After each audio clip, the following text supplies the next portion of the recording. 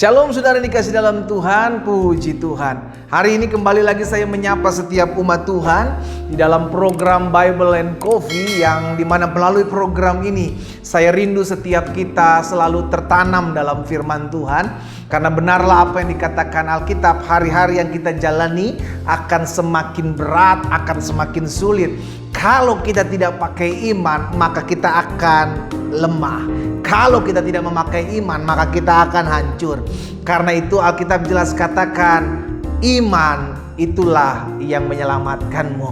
Karena iman kita percaya dan kita melihat perkara-perkara yang dahsyat terjadi dalam kehidupan kita. Dan bagaimana timbul iman? Ketika kita mendengar akan perkataan firman Kristus. Karena itu saudara dikasih dalam Tuhan, melalui program Bible and Coffee ini, saya rindu kita semua semakin hari semakin kuat di dalam anugerah Tuhan, semakin hari semakin tertanam dalam kebenaran, dan kita percaya kebenaran itulah yang akan memerdekakan hidup kita. Mari kita berdoa, kita datang kepada Tuhan. Bapa, dalam nama Yesus, kami mengucap syukur karena kasih karunia Tuhan.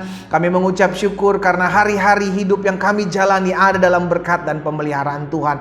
Kami mengerti yang hari-hari yang kami hadapi adalah penuh dengan tantangan, penuh dengan masalah. Ada begitu banyak masalah pergumulan yang harus kami hadapi. Tapi biarlah kami tetap terus teguh beriman dan percaya bahwa bersama Yesus kami cakap menanggung segala perkara. Karena itu kami perlu firman-Mu. Roh Kudus, urapi kami dengan roh hikmat dan wahyu, sehingga kami mengerti akan kebenaran. Dan biarlah kebenaran itu yang memerdekakan hidup kami. Demi nama Yesus Kristus Tuhan kami berdoa.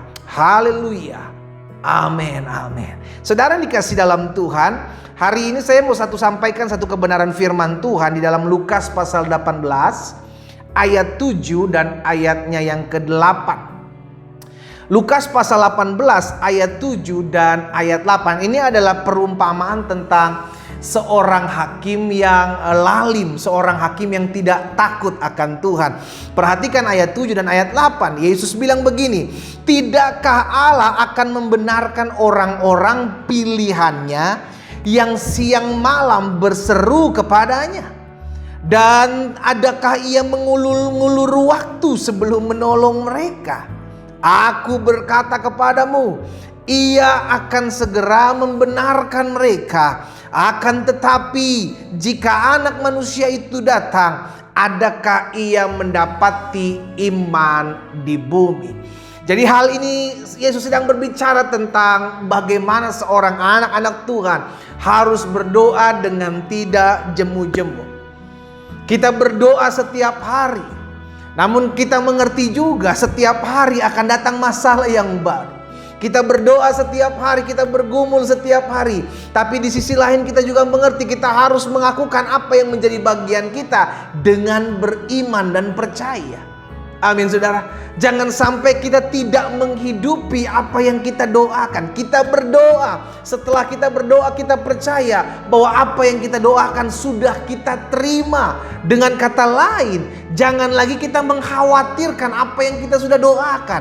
Jangan lagi kita bimbang dengan apa yang sudah kita ucapkan di hadapan Tuhan. Karena kita belajar menyerahkan masalah kita. Kita belajar menyerahkan pergumulan kita kepada Tuhan melalui doa-doa kita. Iya kan? Itu sebabnya Yesus pernah bilang dalam Markus pasalnya yang ke-11 ayat 24. Ini yang menjadi jaminan kenapa kita berdoa, saudaraku. Yesus bilang begini, "Karena itu aku berkata kepadamu, apa saja yang kamu minta dan doakan, percayalah." Jadi setelah kita berdoa, kita memohon, maka langkah berikutnya saya harus percaya. Amin. Percayalah bahwa kamu telah menerimanya, maka hal itu akan diberikan kepadamu. Jadi kita percaya apapun yang kita doakan kita terima. Katakan amin. Inilah yang saya bilang, doa dan percaya. Doa dan percaya harus dilakukan berjalan bersama-sama. Kita berdoa, namun di sisi lain setelah kita berdoa, kita percaya apa yang kita doakan sudah kita terima.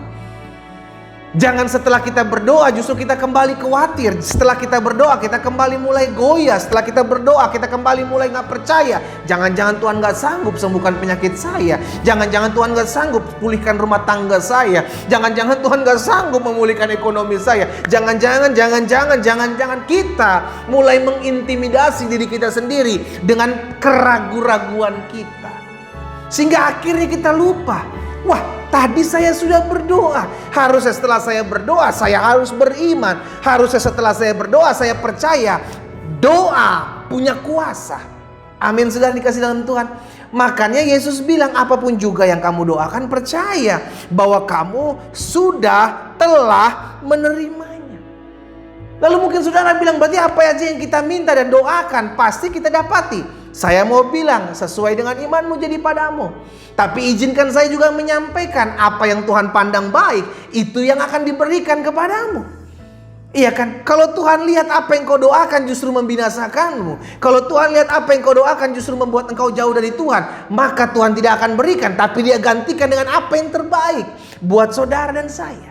Itu sebabnya Yesus juga bilang dalam Matius 7 ayat 11, jika kamu yang jahat tahu memberi pemberian yang baik kepada anak-anakmu, apalagi Bapamu yang di sorga, Ia akan memberikan yang baik kepada mereka yang meminta kepadanya. Jadi pemberian Bapa adalah pemberian yang baik menurut ukurannya Bapa, bukan menurut ukuran kita sebagai anak.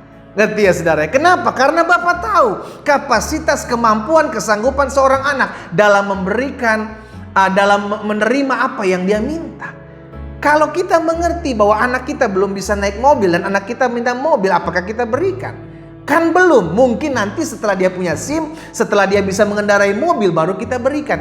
Demikianlah kira-kira kalau kita berdoa tapi Tuhan lihat itu buat kita ternyata tidak baik, Dia akan gantikan yang baik. Tetap pemberian itu berasal daripada Tuhan, karena pemberian yang baik itu yang Tuhan akan berikan dalam kehidupan saudara dan saya. Saya teramat yakin dan percaya kita berdoa, kita menerima apa yang kita doakan. Tapi bukan berarti kita berdoa lalu kita bisa memaksa Tuhan. Bukan berarti kita beriman lalu kita pakai iman, kita bilang Tuhan sesuai dengan apa yang saya mau ya. Nggak bisa, mesti harus kudu wajib. Nggak bisa saudaraku. Nggak bisa. Kita nggak bisa memaksa Tuhan dengan iman kita. Justru dengan iman kita menaklukkan diri kita untuk mengerti bahwa apa yang Tuhan berikan, apa yang Bapa sediakan itu adalah yang terbaik buat saya. Itulah iman. Jadi iman bukan memaksakan kehendak kita supaya terjadi. Iman bukan memaksakan kehendak kita untuk Bapa lakukan apa yang kita mau. Kita pikir Bapa budak kah? Kita pikir Bapa lampu jin kah? Yang bisa digosok lalu dia minta 3 permintaan kah? Enggak saudara. Justru dengan iman memampukan kita untuk melakukan apa yang menjadi kehendak Tuhan. Dan dengan iman kita mengerti bahwa apa yang Bapa berikan kepada kita itu selalu jauh lebih baik dari apa yang kita bayangkan dan pikirkan. Karena itu saudara dikasih dalam Tuhan, doa dan beriman, percaya harus berjalan bersama-sama. Saya mengajak setiap umat Tuhan untuk setiap pagi ikut berdoa dalam doa pagi bersama-sama. Sehingga pada akhirnya kita melihat ada kuasa dalam hidup kita. Dalam doa kita melihat ada pergerakan roh dalam hidup kita. Dalam doa kita melihat campur tangan Tuhan nyatakan dalam hidup kita. Doa adalah kewajiban bagi anak-anak Tuhan, keharusan bagi anak-anak Tuhan yang mau melihat kuasa Allah dinyatakan dalam kehidupannya. Tapi di sisi lain kita juga mesti mengerti, bagian saya adalah beriman, bagian saya adalah percaya, bagian saya adalah mengerti apa yang Tuhan izinkan, apa yang Tuhan kehendaki itu selalu yang terbaik, bahkan jauh lebih baik dari apa yang saya bayangkan dan apa yang saya minta. Amin saudara. Bersama-sama kita berdoa, bersama-sama kita beriman, kita percaya kepada Tuhan. Haleluya. Mari kita berdoa. Bapa Surgawi, kami mengucap syukur karena hari ini kami dibekali oleh kebenaran firman-Mu. Hari ini kami mengerti bahwa Tuhan yang memampukan kami untuk selalu berdoa. Dan setelah berdoa kami beriman percaya apa yang kami doakan, Tuhan menjawab doa kami jauh lebih besar, jauh lebih hebat, jauh lebih luar biasa dari apa yang kami doakan dan pikirkan. Karena itu biarlah hari demi hari yang kami jalani, kami berdoa dan kami beriman. Kami berdoa dan kami mengerjakan, menghidupi apa yang kami doakan. Terima kasih Bapa yang baik. Berkat-Mu ada atas masing-masing kami umat-Mu. Di dalam nama Yesus Kristus Tuhan kami berdoa. Haleluya.